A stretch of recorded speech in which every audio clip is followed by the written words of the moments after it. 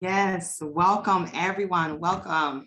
We are so happy to have you all here with us today. Happy Wednesday and welcome to our third and final learning series of the year from Youth Collaboratory's Anti-Trafficking Liberation Focus Area. Our first learning series really focused on the intersections of juvenile justice, understanding and implementing collaborative and culturally responsive practices for programs serving child and youth victims of human trafficking. Our second learning series centered equity and engaging youth impacted by sex trafficking. And today, we're going to be discussing culture as a protective factor and what it means to center Black voices, leadership, and community to support Black girls impacted by trafficking. So again, welcome. We are happy to have you all here with us today. So we are very excited to be in community with you all. And if possible, please place your attention on the screens for next steps. So in the participants window, highlight your name. Then you're able to click on more and then rename. Type in your name, your pronouns, and your organization. This is going to be critical for today's conversation. We do want to encourage you all to not come off of mute because we have a large group with us today. But for continuous conversation, we want to welcome you into the chat box. And that by renaming yourselves, we'll be able to adequately address you. Also, we encourage you to be on camera if possible, but please keep your mic muted. And again, we want to encourage you all, I know it says here, unless you're speaking, but we want to encourage you all to keep the conversations in the chat. When using the chat feature, it is also encouraged, but please be aware that private chats are still readable by the meeting host. So slide into each other's DMs, make those connections, but be mindful that we'll be able to see some of those conversations. This meeting is being recorded for future viewing because we will be sharing out this recording to everyone that's registered. So we now want to engage you all in this conversation and who we have here. So if you can go into the chat box, please add your role and your location so that we know who's here, who's in the house today. Welcome, Kathy. Who else? Who else do we have? Alexandria. Let us know. Let us know your role, your location. Welcome, welcome, Massachusetts, Baltimore. Yes, San Diego. Yes, South Carolina, New Jersey, Texas, California, Pittsburgh. Yes. This is really my favorite part because we're all able to see how expansive our community is today. We have New York in the house. So the chat is going pretty fast. So my apologies if I'm not able to call you out by name, but we do see you and we are very thrilled and happy to have you in community with us today. Continue on sharing. Let us know your role in the chat box, who's in the house, and where are you located? Atlanta, Georgia. Welcome, welcome everyone. Thank you so much. And again, continue on sharing who's all in the house. So we want to jump into introductions. My name is Kanisha Lenore Jean-Baptiste, and my pronouns are she and her. I serve in the nonprofit community for over 12 years now, and my recent efforts brought me to the Youth Collaboratory, focused on combating human trafficking and advocating for housing justice through an equitable and transformational lens. I'm based in Las Vegas, Nevada, but I am rooted from the beautiful daughter of Potez Jean-Paul, whose sense of humor and love for community I carry with me. I'm the daughter of Chimène Jean-Baptiste, whose strong ambition and love have nurtured me into the woman that I am today. And I am the proud mother of Tori Jr., who just turned 1 year old yesterday, y'all, and whose life has added to my desire to deconstruct and sometimes destroy systems of oppression so that his joy will never be threatened. My culture is made up of compa music, warriors, subjumu, and resistance. And today I'm going to bring my whole self to this conversation. And I hope that you all feel the peace that I do to do the same. My community is made up of imaginative leaders, trailblazers, and visionaries, with all who I am on this call with today. So shout out to the incredible women who I will be sharing this space with in this conversation. I'm going to now pass the mic over to my sister friend, Daisha, for her. Yes, thank you so much, Lenore. So hello, everyone. My name is Deja Petway, but I do go by Deja. My pronouns are she, her, and I'm located in Detroit, Michigan, born and raised. So as a young leader, I began this work. So as a young leader, I began this work, just really advocating and um, advancing system. Can I pass it to Joy? The cue come back to me because my computer just shut down. Sure thing. I'm sorry about that, Deja. And yes, happy belated birthday to Tori, little Tori. My name is Joy. I use she, her pronouns, and I'm situated in Northern California on ancestral Ohlone land, commonly referred to as Oakland. And I have the honor of serving alongside these amazing women as a director of programs for the Building Community and Liberation Focus areas here at Youth Collaboratory. My work here primarily focuses on increasing positive outcomes for youth and ending relationship-based violence and exploitation. My culture is made up of Southern and West African cuisine, batik, and music from all corners. I bring with me the energy of the steadfast women who have come before me, and I'm inspired and motivated daily by the youth and young adults who will likely take my place. And I'm going to pass it back to Deja for her introduction. I am so sorry, technology. So hello everyone again. My name is Deja Merpelway and I go by Deja. My pronouns are she, her, and I'm located in Detroit, Michigan, born and raised. As a young leader, I began this work, have since advocated for and using my passion and lived experience to advance it. My pleasure is to be a part of this work in our liberation focus area alongside Lauren Joy, as well as the honor of leading our GAP, our Girls Action Board, which you will hear more about later. As Lenore and Joy mentioned, we are really committed to combating human trafficking through our work, putting youth and young adults at the center of our efforts. Today, I'm bringing my whole self as I'm feeling liberated and with joy for this presentation here today. I'm a proud Black woman of two beautiful brown babies who, although they may not be here with me at the time, in this moment, they inspire me daily and is what pushes me every day. I hope that you all are able to bring your energy and your full selves here today, and I look forward to it. So I'll pass it on to Brittany. Good morning and good afternoon, everyone. Thank you so much for joining us, and I'm so glad to be with you all today. My name is Brittany Davis, and I use she, her pronouns, and I'm the Associate Director of Community Accountability and Engagement at the Center for Court Innovation on our Gender and Family Justice team. And I am zooming in from New York City and have lived in the beautiful Harlem area for the past 8 years. I'm a Black woman and the daughter and granddaughter of Margaret, David, Marjorie, and Alan, who have dedicated their lives to the service of their communities in the United States and in Panama, where my grandfather is from. When I think of my culture, I think of so many lovely things. I think of Southern and Caribbean food. I think of the vibrant New Orleans jazz, where my family also has roots. And over the past decade, I followed in my family's footsteps, working at both the micro and macro levels, addressing child welfare and justice transformation, criminalized survivors, youth work, and currently domestic violence and anti-trafficking policy and programming. I'm so proud of my team's efforts to amplify healing-centered, restorative, and community and survivor-driven approaches to gender-based violence. And I'm so glad to be here in community with the amazing leaders from Youth Collaboratory and with all of you who are able to join our call today. We want to share a little bit about our organization. So I'll start off by talking about the Center for Court Innovation. The mission of our organization is to achieve justice and equity, create safe, healthy, and thriving communities, and ultimately transform justice systems. And we do this through 3 major ways. We have a research team that performs original research on a variety of different topics and provide data analytics to our projects. We've done some research back in the 2000s about understanding issues related to youth experiences of trafficking in several cities. We also have operating programs, which is our term for essentially our direct service component of our work. An example of this would be our lovely colleagues at Bronx Community Solutions, who have been applying problem-solving approaches to cases in the Bronx Centralized Criminal Court, and at providing services to clients who have been coming in through the human trafficking intervention courts.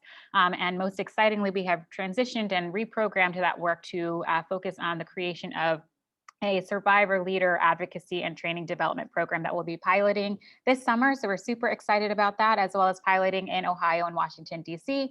And then we also have our expert assistance arm, which is really where my team sits, where we are providing reformers and folks like you across the country with the expert assistance that you all need to launch various strategies, and also creating and developing resources that will assist the field as well. And with that, I will pass it back to Joy. Thank you so much, Brittany. And we have so much enjoyed being partners with CCI and the amazing work that is happening there, and look forward to that continued collaboration. Just a little bit about Youth Collaboratory. Youth Collaboratory is a national organization that harnesses the power of the youth services community to innovate, evaluate, and drive effective strategies that assure the safety and well-being of youth and young adults. And we do this primarily through 3 different focus areas.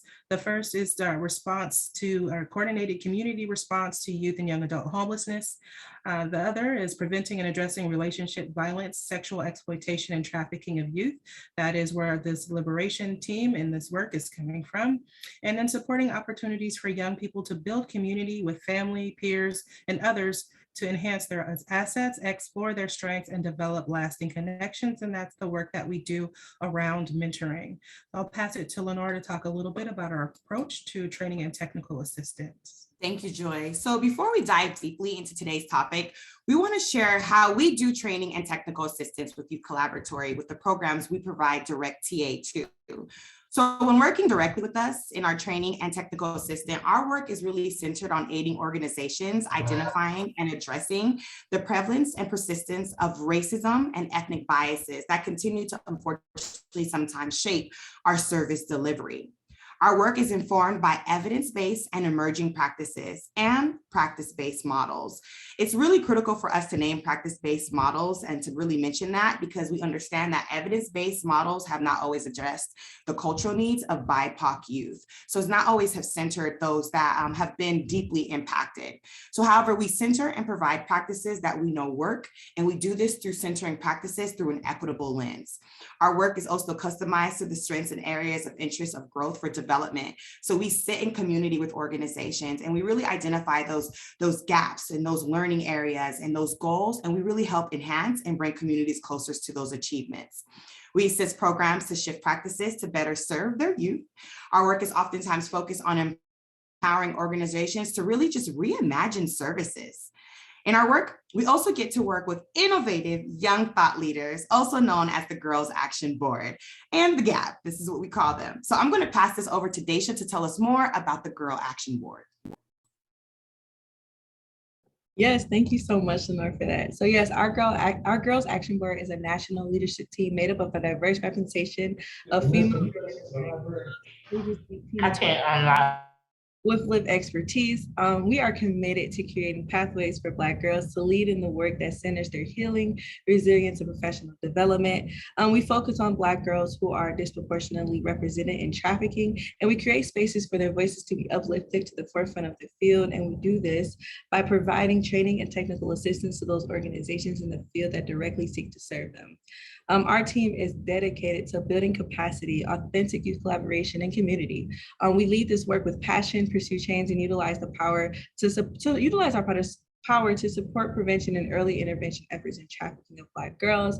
And we do have the opportunity and the pleasure of having some of our GAP members here today. And I just want them to give them a moment to introduce themselves and just really talk about some upcoming projects and some previous projects that they have worked on in the past. Yes, so hello everyone. I'm Michaela Dawkins, pronouns she and her. I'm located in New Haven, Connecticut. And one of the things I want to spotlight today is our interview series. I was one of 2 interviewers from the GAP team that led this series, and it served as a way to build community while also highlighting featured organizations. The organization that we interviewed was the Mentoring Center, and we had a great time talking about their amazing work and the positive impact on the youth that they serve. They share stories about transformative interactions with youth, their versions of training and technical assistance, and using emotional intelligence to find alternative ways to interact with system-involved youth. The GAP team also created a conversation guide, which served as a way to draft intentional topics and create questions that ensure we get the most out of the interviews.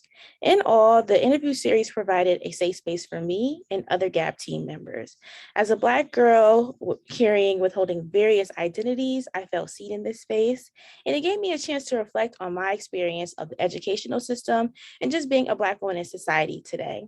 And I know Daisha put the links in the chat so you can watch it. In some of our previous videos. I really hope that you have some similar takeaways and that you have the same experience or one that's close to mine, because in this space, it really helped me with collective healing and just to know that I wasn't alone in my experiences and that there are communities to help youth in this world. So that was my biggest takeaway. And I look forward to having multiple conversations in the future because it just provided a sense of safety for me. And I'll pass it over to my co-chair, Martine. Thank you, Michaela. Hi, everyone. My name is Martine Jones. My pronouns are she, her, and hers, and I'm located in Los Angeles, California. And very similar to Michaela's experience, my takeaways are feeling is visibility. Some of the work that we have been doing in the Gab is creating literature and poems, like creative outlets to highlight and develop more innovative practices to describe Black girls and our intelligence and our grace and our power. This work really does include a lot about, this work includes empowerment, and I'm so grateful to be part of the team. And I'm going to be passing it on to my other member, Toyin. Thank you so much, Martine. Hey everyone, my name is Toyin Below. I'm also a GAP member and I'm born and raised in Waterbury, Connecticut. So far, as Martine and Michaela beautifully said, we've worked on conversation guides to combat and prevent sex trafficking amongst Black girls. And I also helped work on the last part of that impactful learning series, which as stated before, goes into how we can help prevent and reduce the victimization of Black girls.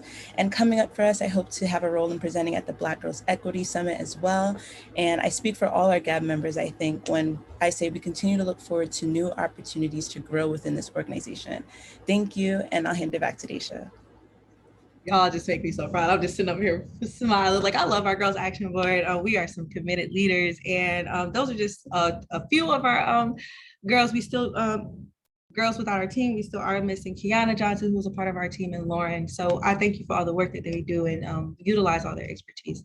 And at this time, I am going to pass it on to Lenore. Thank you, Daisha, and thank you to our incredible GAB members. So in the human service field, we often hear about culturally humbled practices, culturally competent practices. So in a little bit, we're going to go into detail on what those look like. But before we go into a deep dive, as we begin our conversation, we feel that it's important for us to have the same understanding or similar regarding a few terms that we'll be hearing throughout today's learning series. So culture. When we're discussing culture, what we're talking about is the characteristics, features of everyday existence. This is such as diversions of a way of life, shared of a people in a place and time. When we talk about community, we're talking about a unified body of individuals. When we are naming Black girls, we are talking about female identifying persons of Native African origin, both continental and non-continental. So when we're saying Black girls, we're talking about the entire diaspora, we're talking about the entire continent. When we are naming sex trafficking, the term sex trafficking means the recruitment, harboring, transportation, provisions of obtaining of a person for the purpose of a commercial sex act. A commercial sex act is induced by force, fraud, or coercion, or in which the person induced to perform such act has not attained 18 years of age. So when we're talking about sex trafficking in today's discussion, we are talking about minors. So we want to make sure that we all have these similar understandings, terms, and definitions as we continue to have our conversations today. So now, talking about culture. In the human service field, we often hear about culturally humbled practices, culturally competence, which is my least favorite term when we're talking about culture, or culturally responsiveness. So what I want to do is really open this space into the chat box. I want you all to take off your career hats and really think about you as the individual, the communities that shaped your identity, and share in the chat, why is culture important? You know, and if you don't think that culture is important, share that as well. When we're talking about emerging trends, conversations, and researches, we're constantly always centering that. But we want to hear from you all. Why is culture important?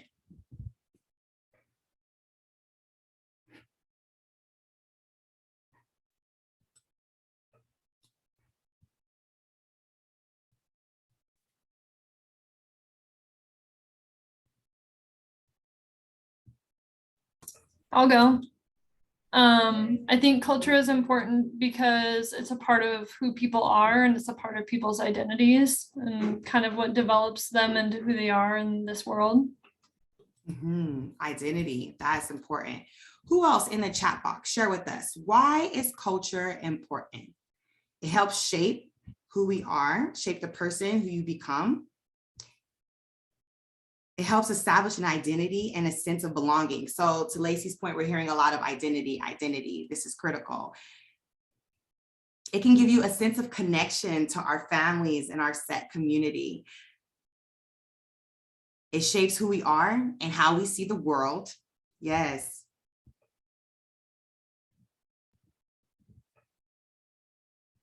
Yes, these are amazing. Culture is important because it shapes our identity. It determines our initial morals and ethic behaviors. From Jennifer, we have culture makes us who we are. Culture is important because it cultivates connection between a person and their community and promotes feeling of pride. Thank you, Georgia. Culture is important because it is solidifying of one's identity and self-belonging. Jenny has to gain a better understanding of who the person is and how they respond to questions and situations. It provides a foundation to connection, connect with, feel connected to something. Thank you, Kristen. I really like this one. It highlights our unique experiences, identity, and customs. Yes. So a lot of what we're seeing is that culture really is rooted in who we are. Keep it coming. I'm really loving these responses, rooted in our identity. So from reading all of your responses, we see that culture is critical to one's identity. It's almost rooted in who we are, how we show up in the world, how we view the world. So it should not be hard to imagine the harm that takes place when service providers do not center culture. One, service providers oftentimes may not understand one's culture of the youth that they serve, or two, we can see that culture oftentimes is not centered in a lot of our work. So how do we center an individual when we decenter the beauty and the uniqueness that makes them who they are, right? So when we're talking about the work and we talk about how we show up, when we're not centering culture, there's a lot of harm that can take place. So we're going to go to that next slide that talks about culture barriers and services. And thank you all for your responses. Culture barriers and services delivery are very easy to ignore, and the impact, unfortunately, is very hard for us to undo.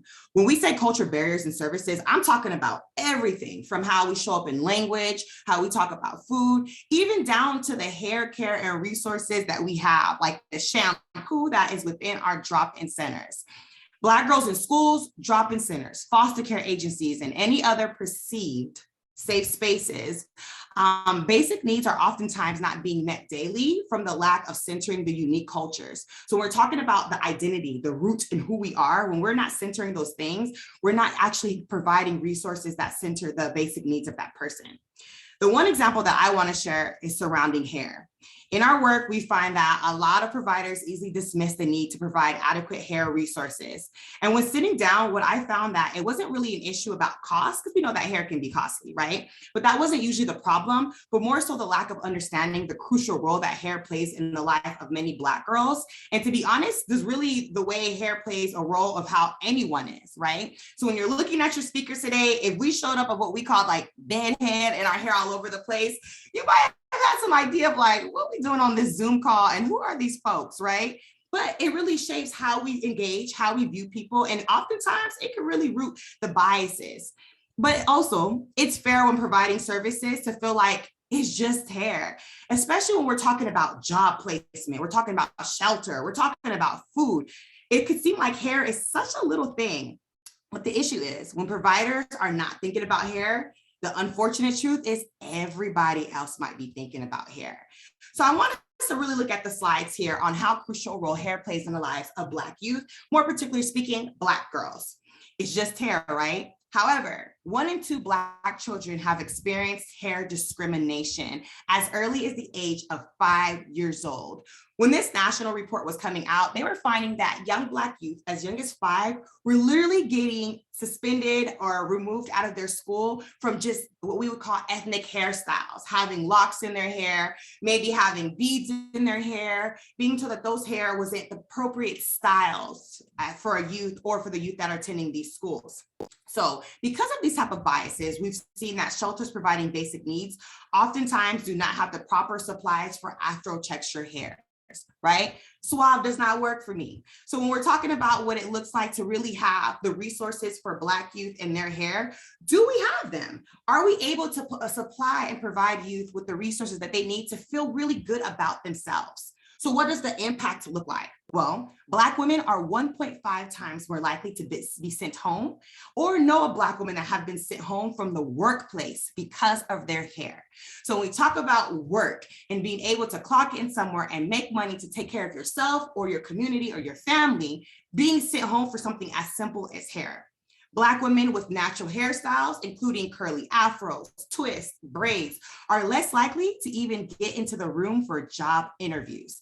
But when we're not thinking about hair, exploiters oftentimes provide access to basic needs, such as hair care products, providing resources for young youth to get their hair done, because it matters of how we show up to the job. It matters how we feel about ourselves. But when we don't do the work, exploiters, they will do the work. And this is something that is critical and huge into the lives of young people that we serve. So we're going to throw here into the chat box, and this is a Crown Act. And it's a petition that we want to encourage you all to review and to look at for us to really kind of create policy that goes against discriminatory practices surrounding and regarding hair. So if we can go into the next slide, please. So now we're going to go into depth, and we're going to be talking about language. So globally, Black speech and languages spoken in primarily Black countries have historically been described as a broken version of European dominant languages. And we understand this is because of colonizations, right? So for example, Creole, Haitian Creole, is oftentimes referred to as broken French, right? A language that is spoken by over 20 million people is considered broken. And we have to think about the impact that has on a culture and a people. And language that has not actually been formally acknowledged, such as African-American vernacular English, is oftentimes parallel with the idea that that person who is speaking that language is someone that is less educated because they have bad grammar, right? The language isn't prestige. It's not what we would call proper. But why do we bring this up for today's conversation? Is because every day, young Black youth, some, not all, so we want to be careful when we're talking about biases, speak differently, and oftentimes are viewed differently because of that in the human service field. Many people without thinking can have negative assumptions about the different ways Black youth speak, and opposed to marveling at the brilliance of the recreation of language from time and time again, what really happens is that those assumptions can impact service delivery. It dictates how we engage with young people when it comes to how do we provide or who do we provide leadership opportunities to. It impacts who we invite to our organizational events. And on the youth side, it can actually have limited connections when it comes to them expressing themselves. So language is critical. And when we're talking about language, we're saying from the whole entire diaspora. You can be working with a group of Black youth and they don't speak English. What does that look like? Spanish can be different amongst the diaspora. We're talking about youth that are coming from Cuba or youth that are coming from the Dominican Republic. But how do we view them when youth, particularly Black youth, are coming in with different languages? A lot of times our service delivery is impacted by that. So I'm actually going to tag in my colleague here, Joy, to give another perspective on how language, culture impacts all of us and the work that we do. Thank you, Lenore. So another way to think about language, specifically in service delivery, is how we talk to and about the youth that we engage with.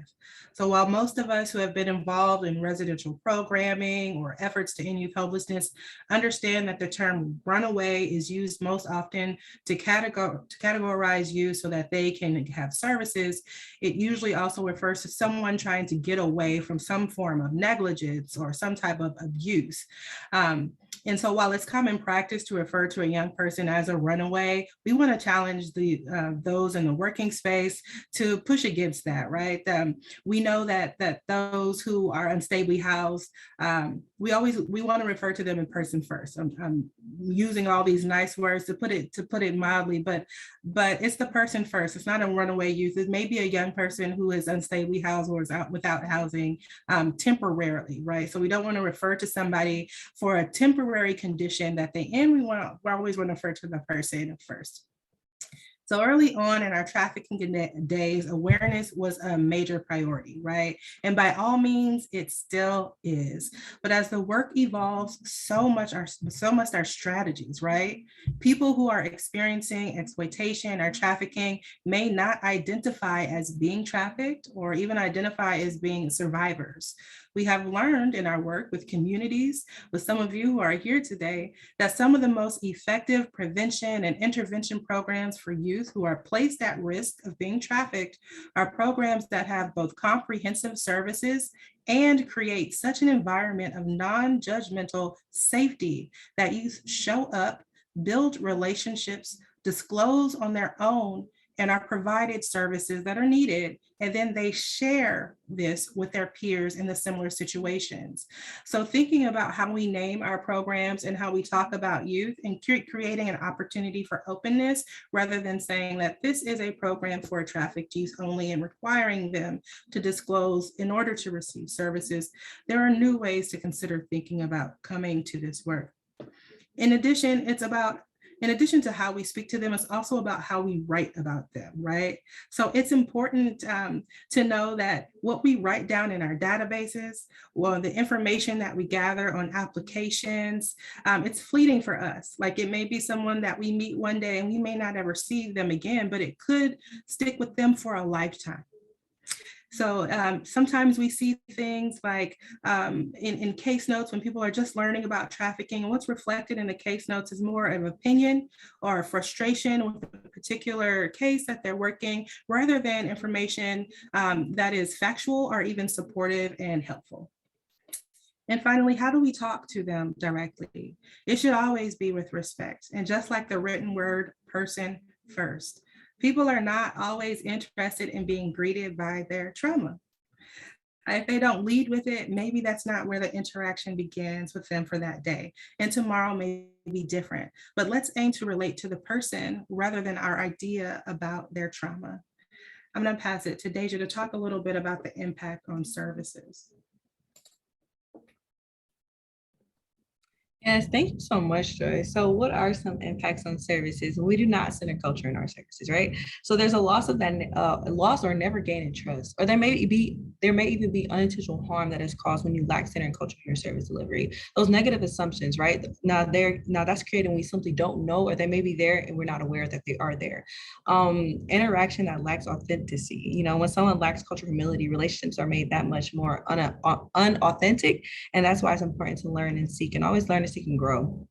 Youth do not return. So this may be for the fact that, you know, individuals may feel like they are misunderstood, or that they're explaining their problems, they're not seen as valid, or perhaps that they don't even feel valued, so they don't even return to care. You know, and there's so much more, but impact that can be done when your organization does not center culture, and just understand it with communities that we seek to serve, and just how important culture is. And we'll dive deeper into this more as we go. So I'm gonna pass it on to Joy. Thank you, Deja. So this is just a little something that we want to read as we kind of go into this next section of the topic today. So cultural humility is the understanding that one is not an expert or competent in another's culture. Humility creates space for providers to indefinitely learn about the experiences, individuality, and beliefs of those they serve. Cultural humility provides space for providers to examine their own beliefs, values, and biases. This allows for introspection to examine one's own cultural impact on youth. So during the last learning series, we spent a bit of time talking about systemic racism and its role as a major root cause of housing, education, economic, and health inequities, while also perpetuating institutional, systemic, and interpersonal bias in service delivery. We also touched on a few ways to mitigate bias in service delivery, and we want to share a few more tools for our bias mitigation toolbox to support equitable outcomes for youth. So we're going to watch a short video by author Chimamanda Ngozi Adichie. 1 second to cue this up for us.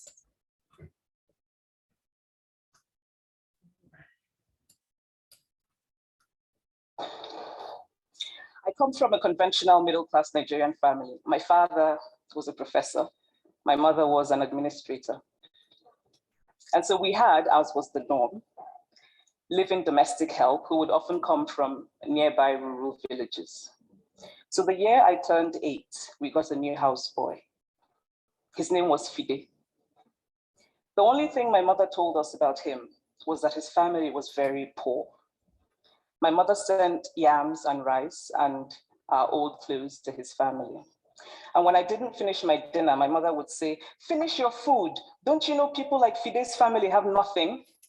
So I felt enormous pity for Fide's family. Then one Saturday, we went to his village to visit, and his mother showed us a beautifully patterned. I was startled. It had not occurred to me that anybody in his family could actually make something. All I had heard about them was how poor they were, so that it had become impossible for me to see them as anything else but poor. Their poverty was my single story of them. Years later, about this, when I left Nigeria to go to university in the United States, roommate walked by me. She asked where I had learned to speak English so well and was confused when I said that Nigeria happened to have English as its official language. She asked if she could listen to what she called my tribal music and was consequently very disappointed when I produced my tape of Mariah Carey. She assumed that I did not know how to use a stove. What struck me was this: she had felt sorry for me even before she saw me. Her default position toward me as an African was a kind of patronizing, well-meaning pity. My roommate had a single story of Africa, a single story of catastrophe. In this single story, there was no possibility of Africans being similar to her in any way, no possibility of feelings more complex than pity, no possibility of a connection as human equals. So that is how to create a single story. Show a people as one thing, as only one thing, over and over again, and that is what they become. It is impossible to talk about the single story without talking about power. There is a word, an Igbo word, that I think about whenever I think about the power structures of the world, and it is Nkali. It's a noun that loosely translates to be greater than another. Like our economic and political worlds, stories too are defined by the principle of Nkali. How they are told, who tells them, when they are told, how many stories are told, are really dependent on power. Power is the ability not just to tell the story of another person, but to make it the definitive story of that person. The Palestinian poet Mourid Barghouti writes that if you want to dispossess a people, the simplest way to do it is to tell their start with secondly. Start the story with the arrows of the Native Americans and not with the arrival of the British, and you have an entirely different story. Start the story with the failure of the African state and not with the colonial creation of the African state, and you have an entirely different story. We just love that video because in such a short time, in 3 minutes and 41 seconds, she lays it out on the dangers of the single story. We are all made up of many identities, and we tend to gravitate towards spaces where we feel at least a portion of our identities are affirmed and welcomed. And this is the same for youth in our programs. Deja and the GAB and YCT team provide training regularly on the importance of authentic youth collaboration and leadership. Many of us are drawn to the work we do because we want to play an active role in making a difference. The thing we have to be careful of is balancing the valid urge to help with the skill of being present and authentic when working in collaboration with others. Ever notice how your voice may change when speaking with someone you know well versus someone who you just met? I definitely noticed this in myself. And it means that something has triggered my brain out of authenticity and into a role that's often based off of single storying myself or others. One of the ways to mitigate single storying is the practice of locating oneself, which was coined by Monica Dennis and Rachel Ibrahim. And this practice reconnects us to ourselves, our people, and allows us to be the narrators of our story. At the start of our time together today, each member of the team introduced themselves with what we call a full self-introduction. Each of the members provided their name, location, pronouns, who their community is made up of, and maybe something they were proud of or passionate about. In order to get to this, it requires us to ask these questions of ourselves every time we prepare to be in space with others, grounding us in our experiences and strengths, while also keeping us in the practice of being curious about others. It's also a reminder that although we are in a professional space, we are more than our work, and we want to relate to one another beyond our titles and roles as nuanced individuals. Some questions to consider asking yourself when locating yourself are: who are your people? How do you define yourself? How are you seen by others? And how does your story intersect with racism and other forms of oppression? Locating ourselves can be the medicine for single storying ourselves and others. I'd like to pause for a moment because we are not in space together and have the time to hear from you all, but I'd like to ask you to add in the chat, what is something you are feeling proud of today? Thank you so much, Lenore, for adding that. What is something that you are feeling proud of today? I just want to add my 2 cents, which is being here in this space for this third learning series with all of you. It is so, I'm so excited about that, and I'm feeling proud and grateful for this time that we have today. All right. I see ability to learn and be present, showing up to work to serve the young women in my program, taking time out for this training. Yes, being here and listening. I know we all have so many things. The list, the to-do list is long, right? I love it. I love it. I remain calm during an emergency. That is so important during these days. Yes, the opportunity to be in this space.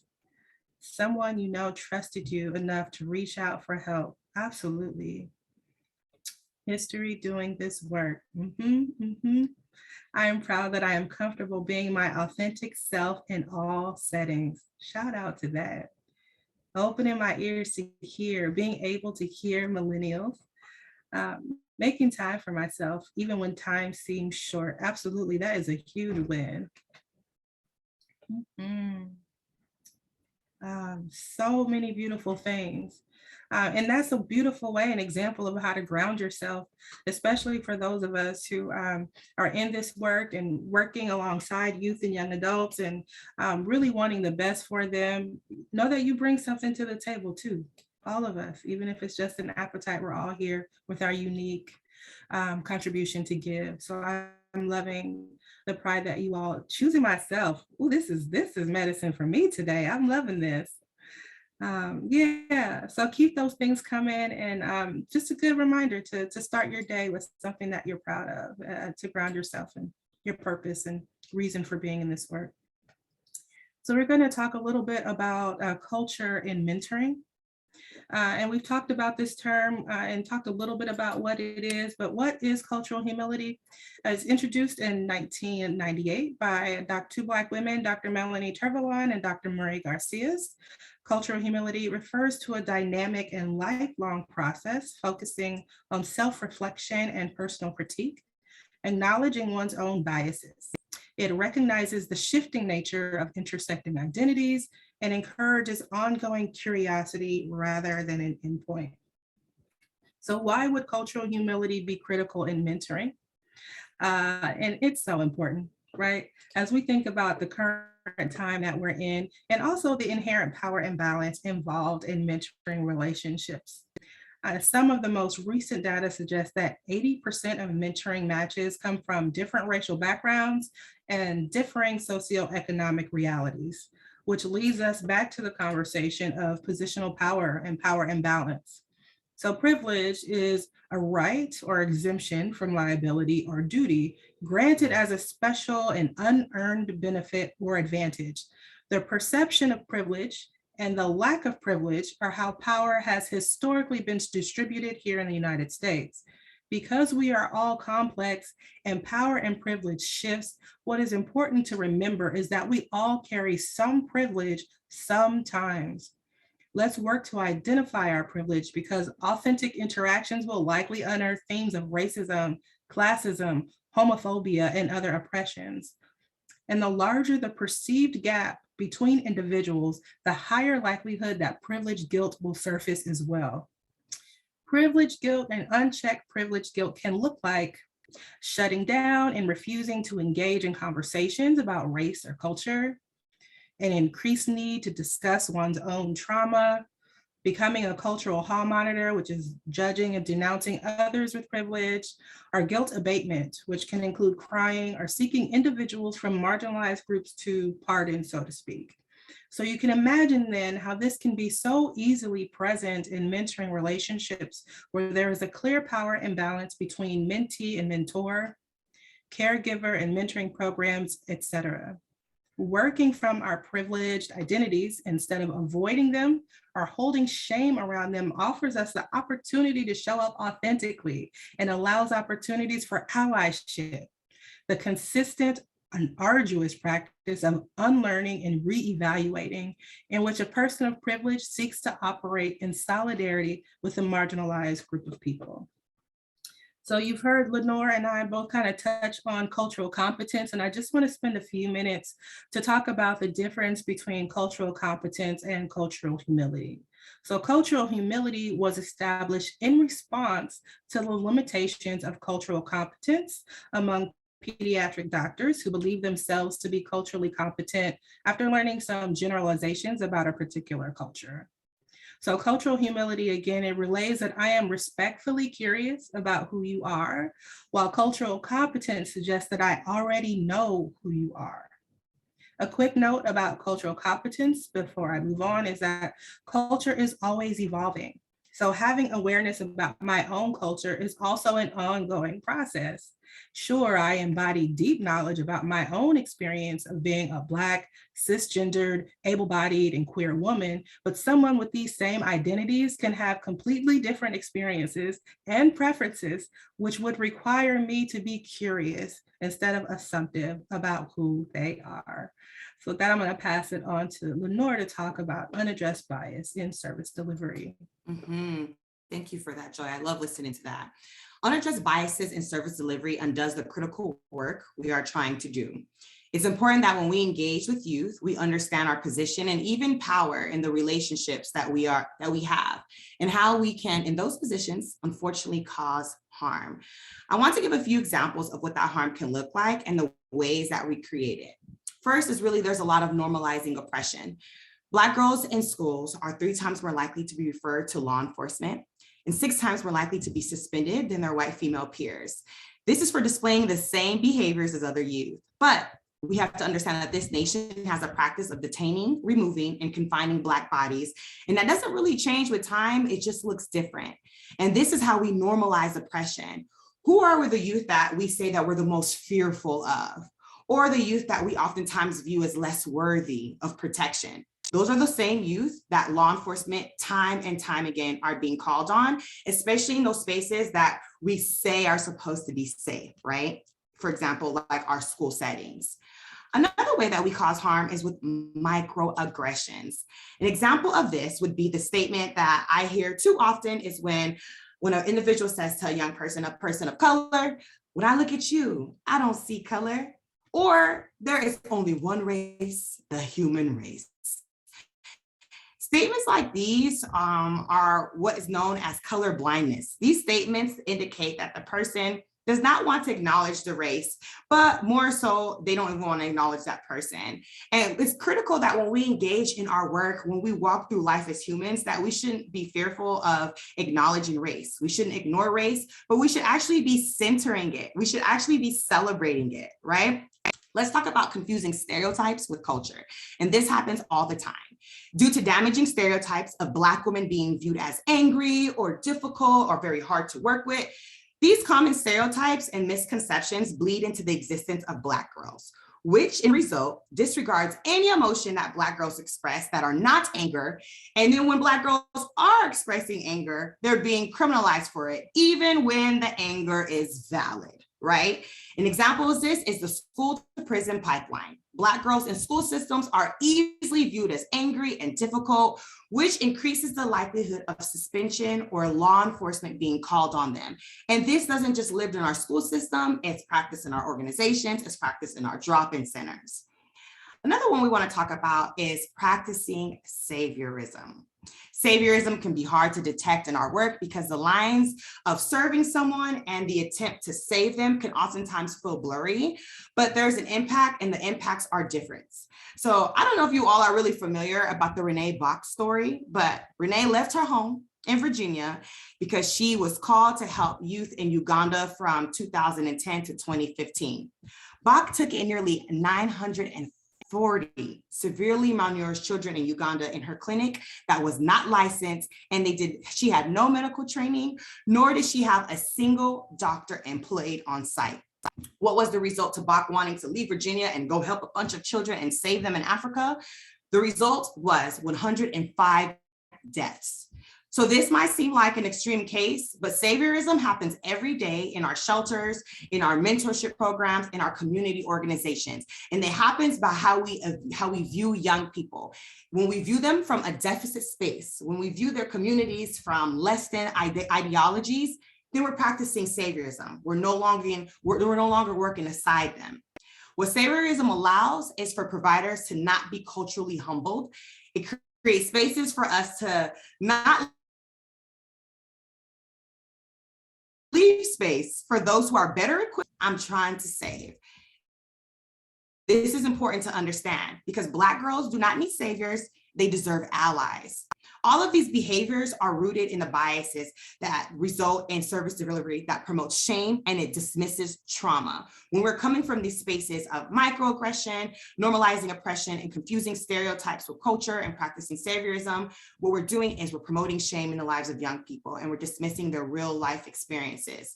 If we continue to treat Black girls with the tools that we have been provided historically, then we're not generally building community and we are not centering equity in the work that we do. We want to really bring some attention to Dr. Susan Moore, rest in peace, who was a Black woman physician, who's a doctor who went into the hospital system seeking help. Susan was very vocal about her pain that she was experiencing. She was very vocal about all the things that were happening to her. And what service providers, what doctors in the hospital system did was they ignored it. They didn't listen to Dr. Morris. They didn't listen to her complaints. They didn't listen to her pain because this idea that Black women oftentimes are overly expressive in the pain that they're experiencing. The result was her death, right? So things that start off as little microaggressions and the normalizing oppression oftentimes can result into the death. And if the death isn't physical, it can be emotional with the young people that we're working alongside. I'm going to now pass this over to Daisha to talk about ways to center culture and service delivery. Yes, thank you so much for that, Lenore.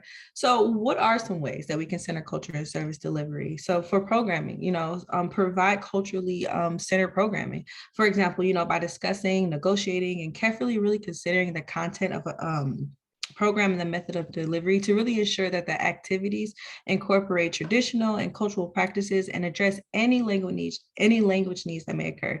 So as we heard from Lenore and Joy earlier, talking around language and some barriers to that. Another example would be conducting a comprehensive needs assessment or a baseline assessment and really utilize this assessment. So really understanding the results to develop a long-term plan with measurable goals and objectives to incorporate cultural principles, policies, and structures and practices into all aspects of your organization. Now, this may include you have to make some changes to your mission statements and policies and procedures, making those changes to administrations and staffing patterns and service delivery practices, making changes to outreach and other professional development activities. Another way to center culture and service delivery is to partner with Black organizations for equitable partnership. So really working with a wide range of local services is crucial when centering culture and service delivery. Now, this can, for example, be like government departments and organizations like housing services and family services, or this can be other local service providers. So this can be both mainstream and Black organizations.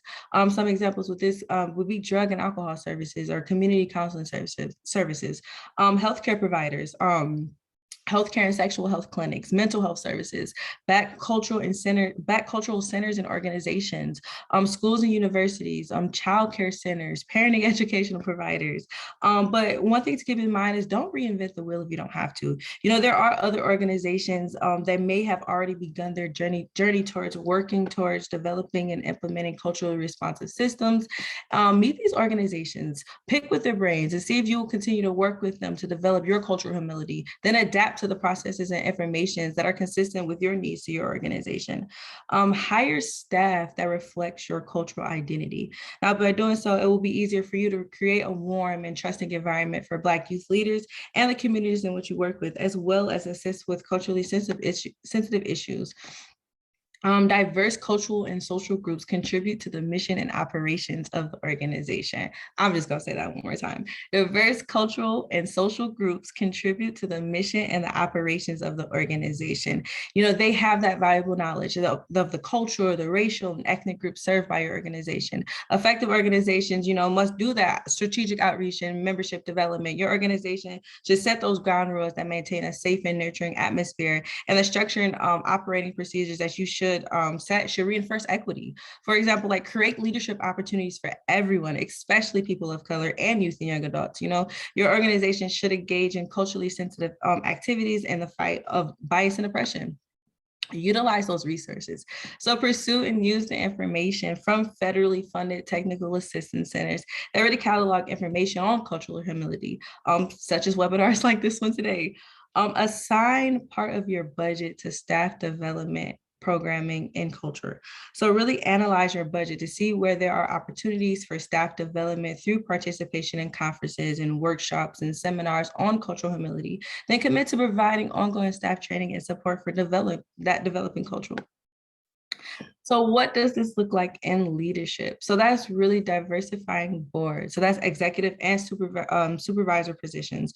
That's all around outreach. Really recognize that changing the appearance of your membership is only like really the first step in understanding and respecting all cultures.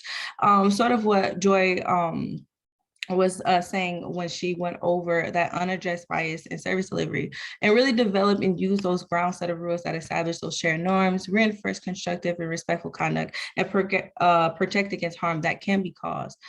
Provide leadership and mentorship to staff, really helping with encouraging and helping people to develop those qualities such as patience and empathy and trust and tolerance and non-judgmental attitudes, including youth and young adults in the leadership that you serve. I'm gonna just say that one more time, including youth and young adults and leadership that you serve. You know, you should be at the center of it all. And by having that youth leadership in your organization, utilize that expertise that's already there in your organization to see where those gaps and barriers are. So let's continue this conversation on the next slide. How might, you know, we talked a lot. I'm gonna say this again, we have talked a lot. So we wanna get some time and I wanna pick y'all brains and hear from you and answering these questions. So in a minute, you'll get the menti.com and a Menti code that you all can type in. And we just really want to dive into deeper to these questions. How might you identify and engage the leaders of the communities you wish to serve in order to build community? And what are some suggestions for social networks or cultural organizations which you might be able to partner? So like I said, we're going to stop talking. We're going to put our thinking caps on and we're going to really think about these questions. Now, these questions just emphasize the importance of learning about organizations and leaderships of various groups in a community so that you can tap into the appropriate resources and partnerships. And I said I was going to stop talking, so let's just go into this Menti. Let me pull it up for you all. Again, it will be dropped into the chat for you all to pull up. So give me 1 second here.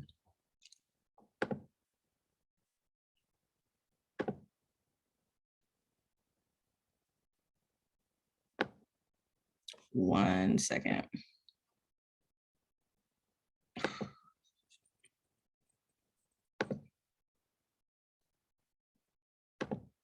Okay.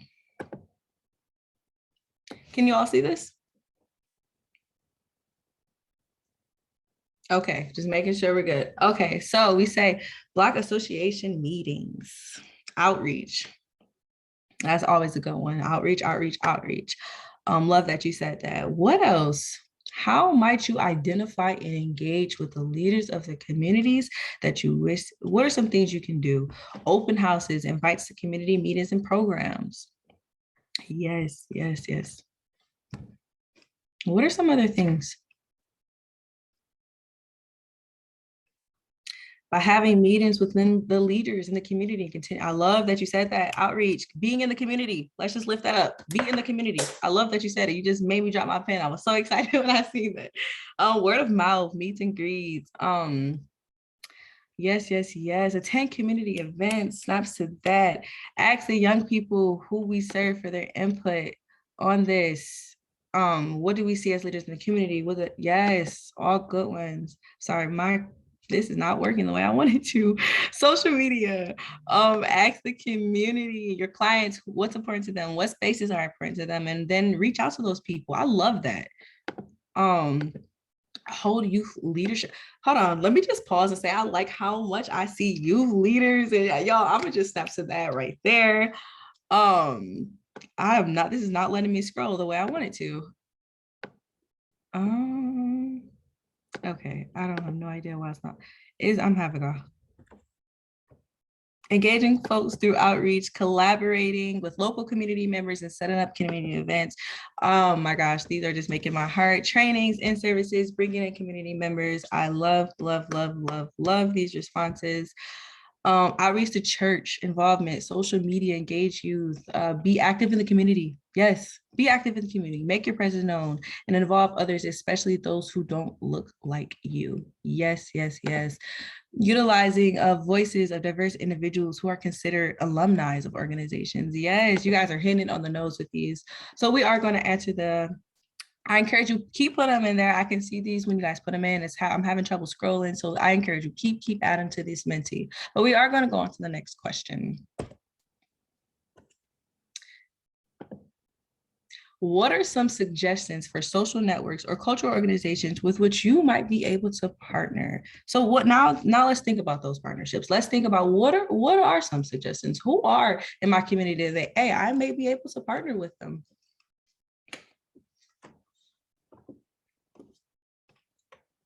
Faith communities. Who else? Local shelters. Single BIPOC mothers.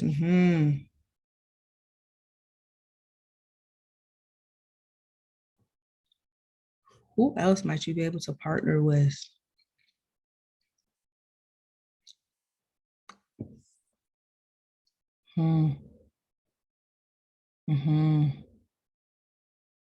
Yes, youth gear organizations. Yes, hospitals, nonprofits, libraries, multicultural centers.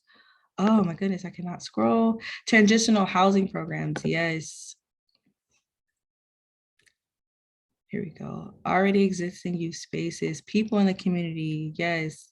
Shelters, youth action boards, mental health clinics. Yes, yes, yes, all of these. Student groups and organizations, community action, schools and clinics, parks and yes, underserved communities, substance abuse, mental health clinics,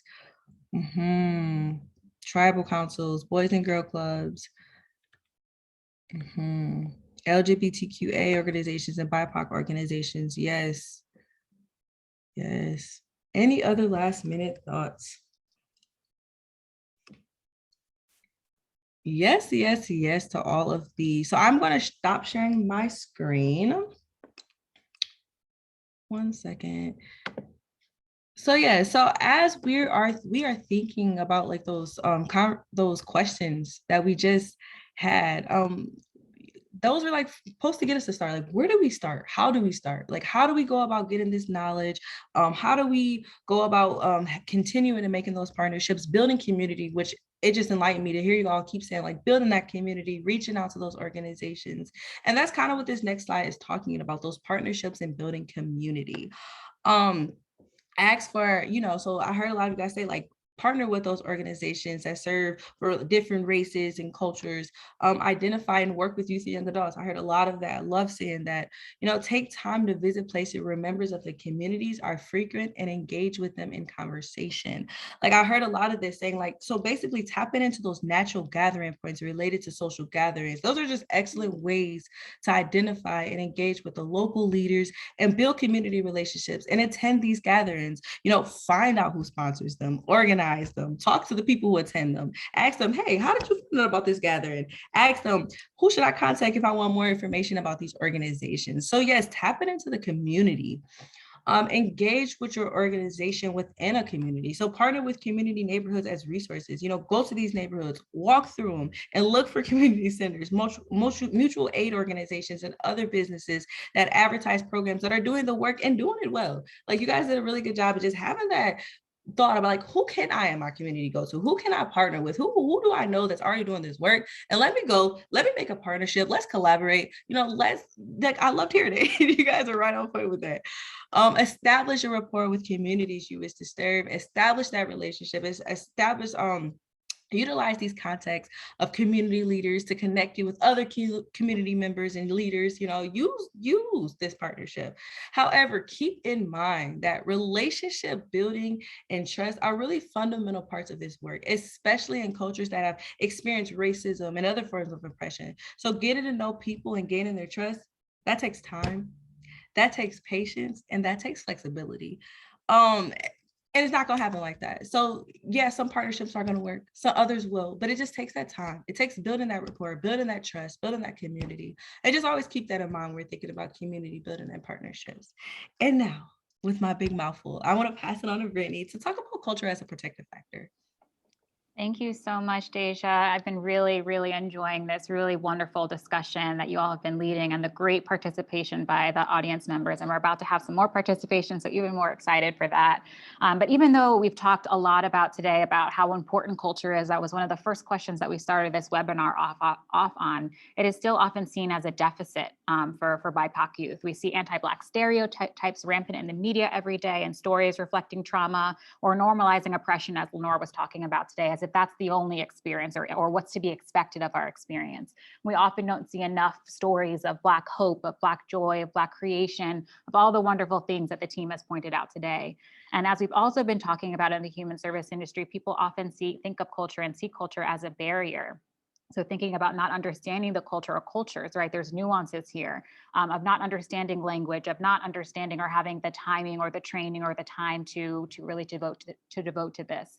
And it can be so easy, I think, to just make this excuse to not do anything about it, to not incorporate culture, to not engage folks as we should be engaging folks because there's not enough time or not enough funding. But when we do that, we're really limiting our effectiveness and missing culture as what it is, really a crucial protective factor and the root of our healing. So again, as we talked about before in the beginning, all of the wonderful things that you suggested, how culture is, it's connection, it's identity, it's values, it's the core of who we are. And even though you all said really, really amazing things, the research really bears this out as well. And the research has shown that culture can help protect against a range of adversities for both adults and youths. And so the below protective factors on the slide, so thinking about strong sense of Black identity, that's our heritage, our history, our pride, having a sense of affirmation and belonging is so important.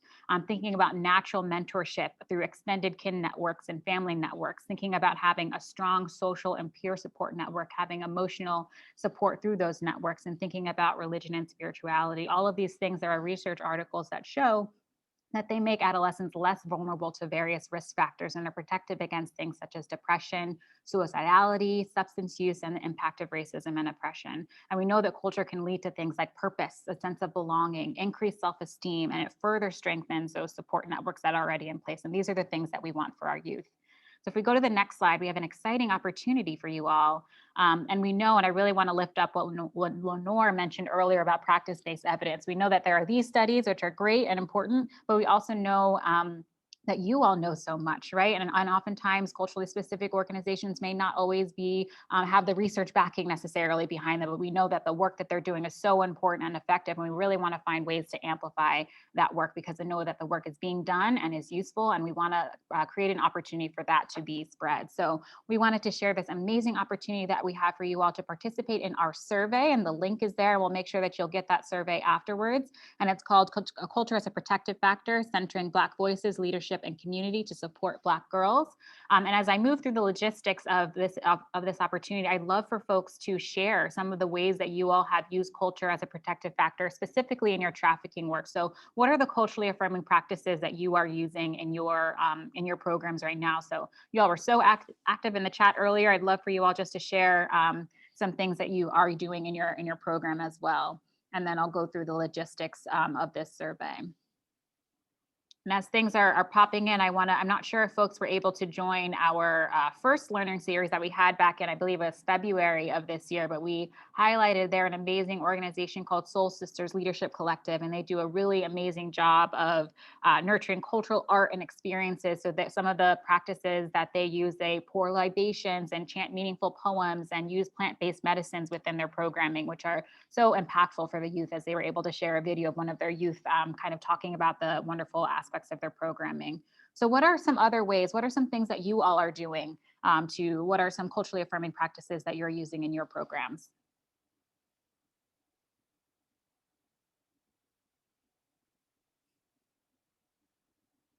I know y'all got them. Come on. Let's drop some ideas in the chat. Staff reflect the youth. That's great. From Covenant House, thank you. That was something that Daisha was just talking about before. Anthony's talking about mentoring young Black males ages 13 to 24. That's incredible work. Thank you for doing that. That's great.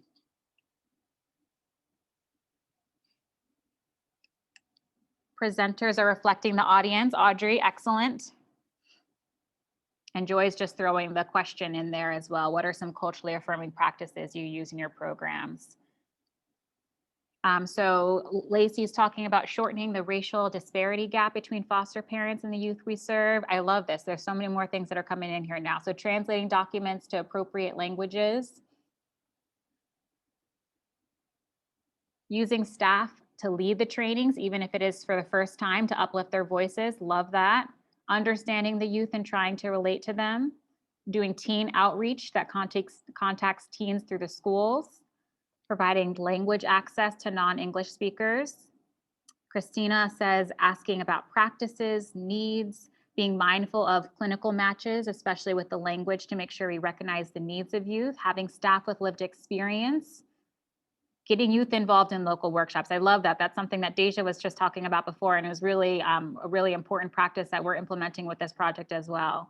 Having survivors with lived experience on all levels of programming. Absolutely, Sarah. Love to hear that. We have another project that I mentioned earlier that is all about that, kind of having survivor leaders and helping to uplift their advocacy and leadership skills. Survivor participation, having youth create the program's events that the program does, having them lead, and then just providing background supports to them. Absolutely, that's what we want to get towards, having folks with lived experience being able to lead the programs and create the programs. Stacy is talking about getting ready to have a youth leadership academy for the first time. So I'm loving all of these wonderful ideas that you are having. And I hope that everyone who put in the chat is able to participate in our survey, because this is so important. We want to make sure that we're hearing from as many people as possible across the country to hear about what are these culturally affirming practices that you're using in your programs? What are the cultural values that you grew up with that are important that you would want to impart on the youth of today? Who are your cultural mentors? Those are just some of the questions that we have in the survey, and would love for you all to take some time to fill it out over the next few weeks. So this is going to take place in summer 2022. It'll be about, it's a less than 10 questions on the survey. It would take about 20 minutes to fill out, but if you love the questions, you can spend more time doing it. We want to get as much information as possible. And really what we want to do with this is we want to amplify culturally affirming practices and develop resources specifically to support practitioners who are working with Black girls impacted by trafficking. That's the focus of this work that we've created today. And just really wanting to just provide more tools and provide more resources for you all, and really just collectively share all of the amazing work that we are already doing, right? And just making that more accessible to folks across the country so they can elevate and enhance their work as well. So we're super, super excited about this and would hope that everyone who participated today would be able to participate in the survey. And just want to lift up a few other things that were mentioned before passing it over to Lenore to close our conversation. But Sarah's talking more about supporting and collaborating with survivor-founded organizations, ensuring diversity, equity, inclusion is intentional in guiding all efforts. And Lorraine, yes, we will make the slides available after the presentation. So I will pass it back to Lenore to close us out. Thank you so much, Brittany, for that. So we really do hope to get all your responses in regards to this survey. Again, thank you. We hope that you all feel called into today's conversation and not called out. Really just think about yourself and the work that you're doing. In order for us all to do this work, we must be willing to radically reimagine better communities where equity is not just a talking point or something that we hear during a webinar, but it's actually the fiber, the core of the work that we do. If you walk away from it with anything that we want you to center is that culture is in fact a protective factor. It is not enough for us to just create safe spaces for Black girls, but we must become spaces where Black girls are given resources to be healthy and whole versions of themselves in spite of any trauma that they may have experienced. It is time that we begin to uplift, center, and empower the whole person in our work. This means learning about the communities that we are serving, the communities that Black girls come from, that understanding that Black girls are not a monolith. It means that we're affirming Black girls and their identities and equipping them with the tools and the resources to center our own unique cultures. Also, it is critical that we all understand that Black culture is not parallel nor synonym to trauma. This is very important. So when we're talking about engaging with Black culture, really elevating those things that center Blackness, those beautiful tools and resources that empower the youth that we work with. And it's important that we have a shared understanding about that when we're engaging with Black girls. So we're going to go into our solidarity pledge, and we're going to throw this into the chat for you all.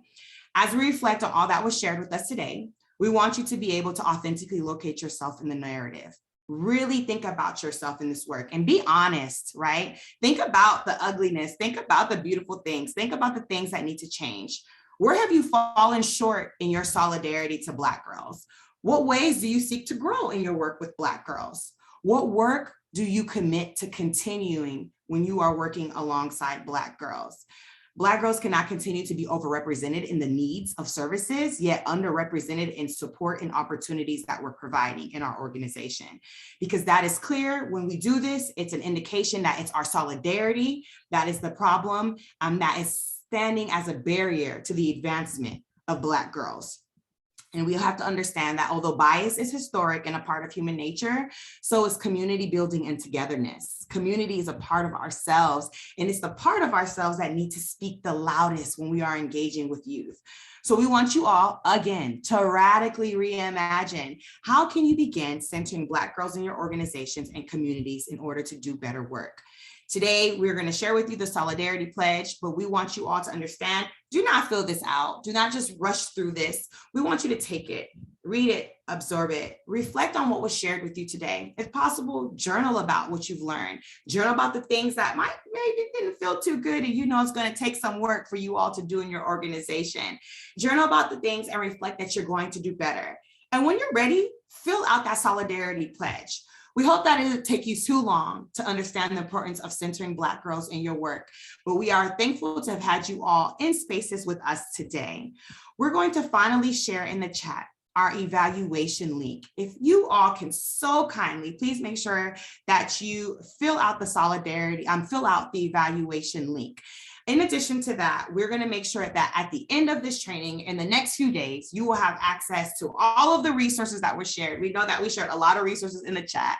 You'll also have access to the recording and the slides, again, the evaluation link, and we'll also make sure that you have access to that Solidarity Pledge. We'll give you everything that was shared so that you are equipped to have a bolder and brighter solidarity when walking alongside Black girls.